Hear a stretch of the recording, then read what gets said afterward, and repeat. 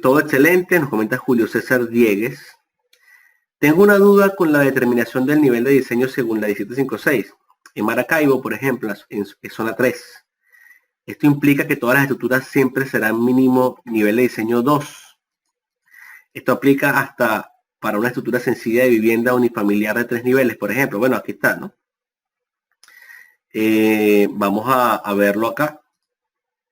Zona 3, que sería Maracaibo, mínimo siempre será nivel de diseño 2. Nunca podrá ser nivel de diseño 1. Esto es normativo. Esto no hay manera de modificarlo. Y digamos que se puede aplicar un nivel de diseño 2 siempre que la edificación sea hasta 10 pisos o 30 metros. Si la edificación es de 3 niveles, se puede aplicar se puede aplicar efectivamente un nivel de diseño 2, pero nunca nivel de diseño 1. Si superara 10 pisos o más de 30 metros, de manera directa habría que aplicar un nivel de diseño 3.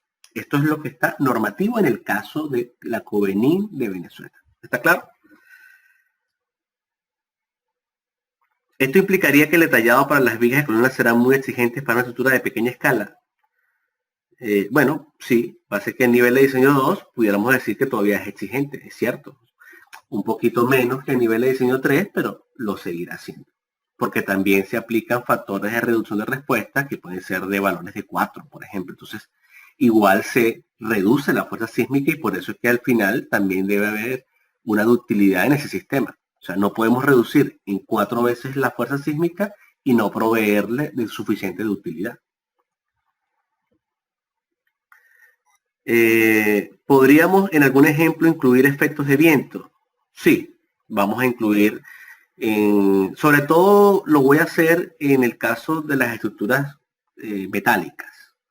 Recuerden que estamos entrando en el módulo de acero y lo que voy a hacer es que en ese módulo de acero voy a incluir acciones de viento porque las estructuras metálicas, al ser más livianas que las estructuras de concreto, puede haber incidencias mucho mayores en el viento que lo que puede pasar en estructuras de concreto. Entonces me parece coherente ver el caso de viento en estructuras metálicas. Vamos a ver. Luis Contreras. En el caso de la norma A6 318, nombra unas categorías de diseño DEFC. Tengo que ver qué tipo de nivel de diseño sísmico va a tener la estructura para elegir la categoría. Lo que pasa es que estas categorías de diseño están muy asociadas a la normativa norteamericana, AC7, por ejemplo, 2010, mientras que nosotros nos estamos, digamos, asociando a las normas latinoamericanas, en el caso de Venezuela la Covenin, la colombiana la NSR 10, y esto rompe un poquito aplicar a estas categorías de diseño. Porque, repito, estas categorías de diseño están más basadas en la AC7, como si lo estuviéramos haciendo en los Estados Unidos. Nuestra norma sísmica ya es particular del país. Podría haber entonces una relación, por ejemplo, D, E y F, pudiéramos decir que es un nivel de diseño 3. Ya B y C pudiera ser un nivel de diseño 2 y A y B pudiera ser un nivel de diseño 1. Eso es más o menos la asociación que puede haber entre las categorías de diseño que están allí plasmadas con respecto a normas latinoamericanas. Vamos a ver otra pregunta más. Ingeniero, cuando yo elaboro una estructura y en mi caso la carga sísmica la diseño para que responda a un espectro de lo que he aprendido, vamos a ver, este análisis dinámico me dará un espectro de diseño en el rango inelástico. En el ETAP se puede ver la gráfica de los dos espectros, el de rango elástico y el rango inelástico. Bueno, es que tú puedes introducir dos espectros. Tú puedes introducir dos sismos.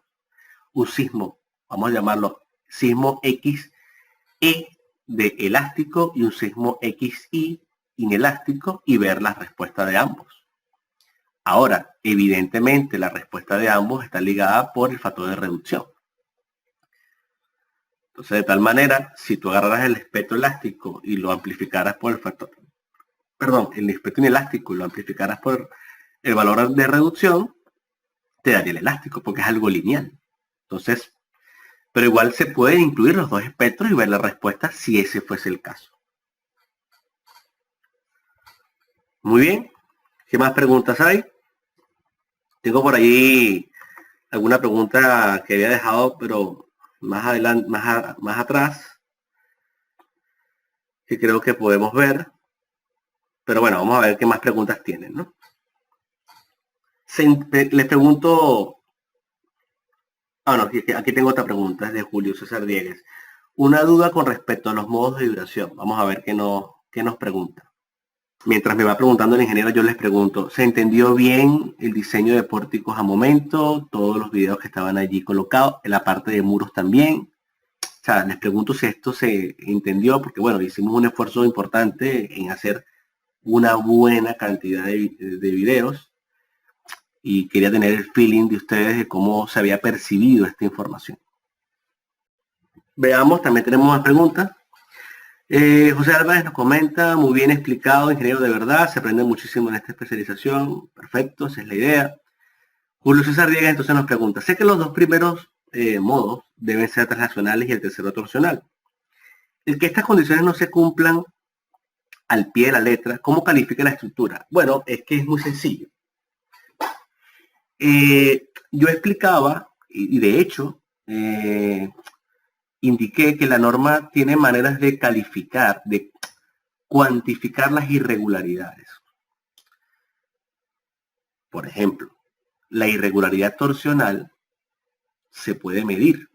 Si revisan, por ejemplo, cuando yo introduje todo el tema de los sistemas estructurales y las irregularidades horizontales, expliqué, por ejemplo, tomando como referencia la NSR10, que también toma como referencia la AC7, indica cómo medir la irregularidad. Esto es un material que ustedes tienen. Vamos a ver si está allí. Entiendo que sí, ¿no? Debería estar como material diseño de muros de pórticos, debería estar como material 3. Conceptos básicos de introducción. Sí, aquí debería estar. Vamos a ir ahí para que se entienda. Vamos a ir allí, ¿no? Fíjense, yo me refiero a esto. Hay que medir la irregularidad.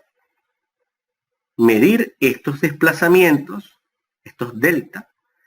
Y si este delta 1 está en esta relación o delta 1 supera esta condición, hablamos de una irregularidad torsional o una irregularidad torsional extrema. Si eso ocurre, la estructura evidentemente es irregular y por lo tanto el factor de reducción que hemos utilizado no puede ser tan alto.